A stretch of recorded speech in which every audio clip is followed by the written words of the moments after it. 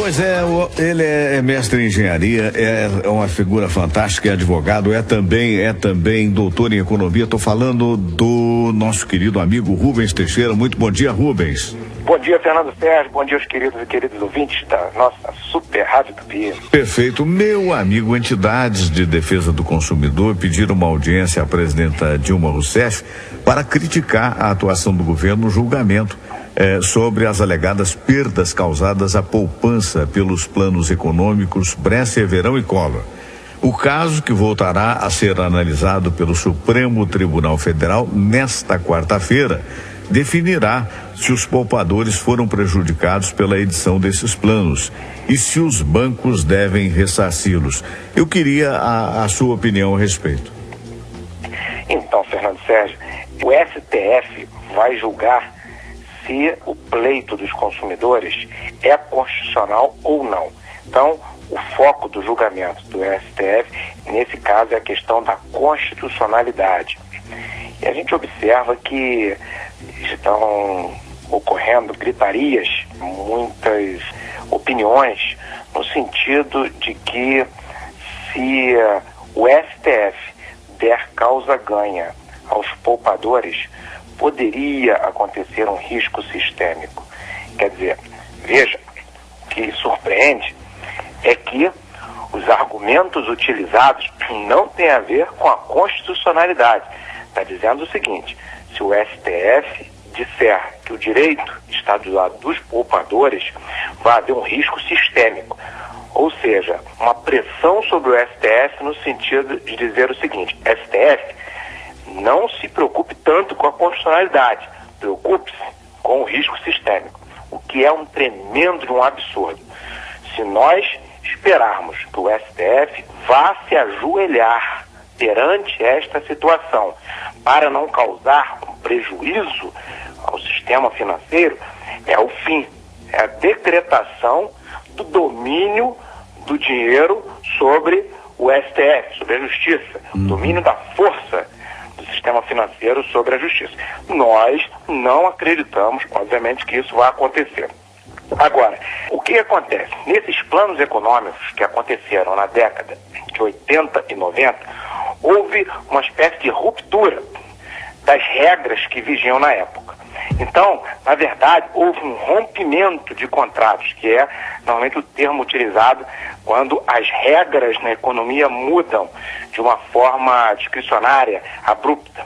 Isso é mal visto no mundo inteiro e isso não é um método que deveria ter sido aceito na visão de um país que busca ganhar credibilidade nos seus contratos, na sua capacidade de cumprir o que promete. Por conta disso, o que aconteceu?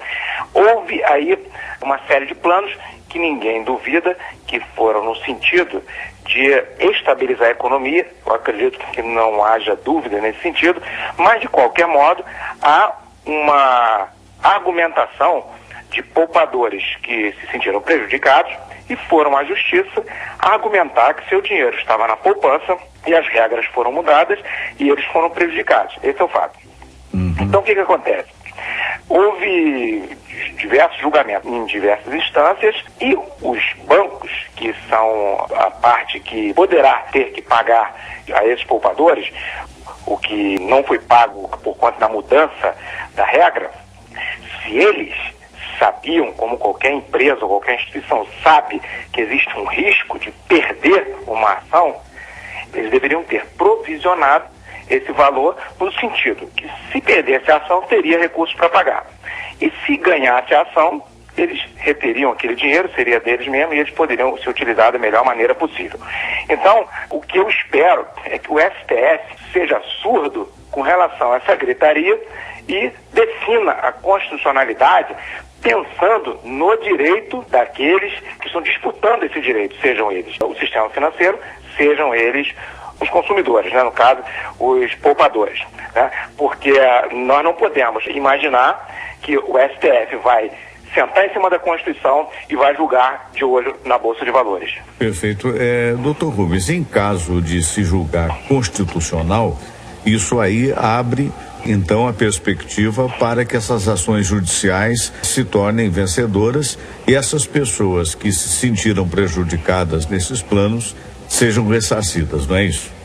Exatamente. As pessoas vão ser ressarcidas e isso vai gerar uma obrigação dos bancos, naturalmente, ressarcir esses consumidores. A alegação que se fala é que haverá um risco sistêmico. Ora, se os bancos pagarem essas pessoas, para onde vai o dinheiro? Vai circular no próprio mercado, na economia. Claro. Então, que risco sistêmico seria esse? O dinheiro vai para onde? Para o colchão das pessoas? O dinheiro será pago em real. Alguém vai imaginar que esse dinheiro vai ser pago em outra moeda, vai sair do país, vai gerar uma estabilidade na economia?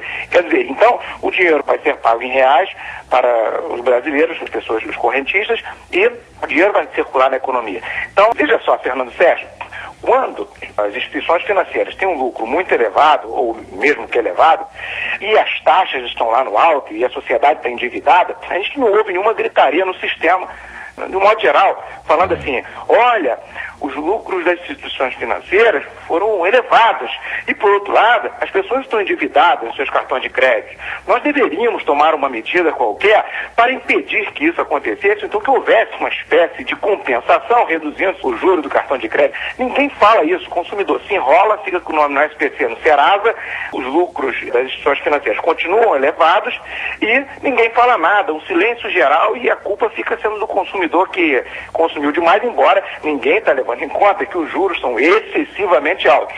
Então, quer dizer, nessa hora em que o consumidor, que é o pequenininho, né, vamos dizer assim, são vários tipos, tem consumidor também de bom tamanho, mas boa parte são pequenos e que estão ali com o seu direito de talvez receber um recurso a mais, que se eles tiverem direito, devem receber, aí não, vai ter um risco sistêmico e essas mesmas instituições que têm lucros bastante respeitáveis e desejáveis por outras instituições financeiras de todo o mundo, não podem correr o risco de sofrer instabilidade.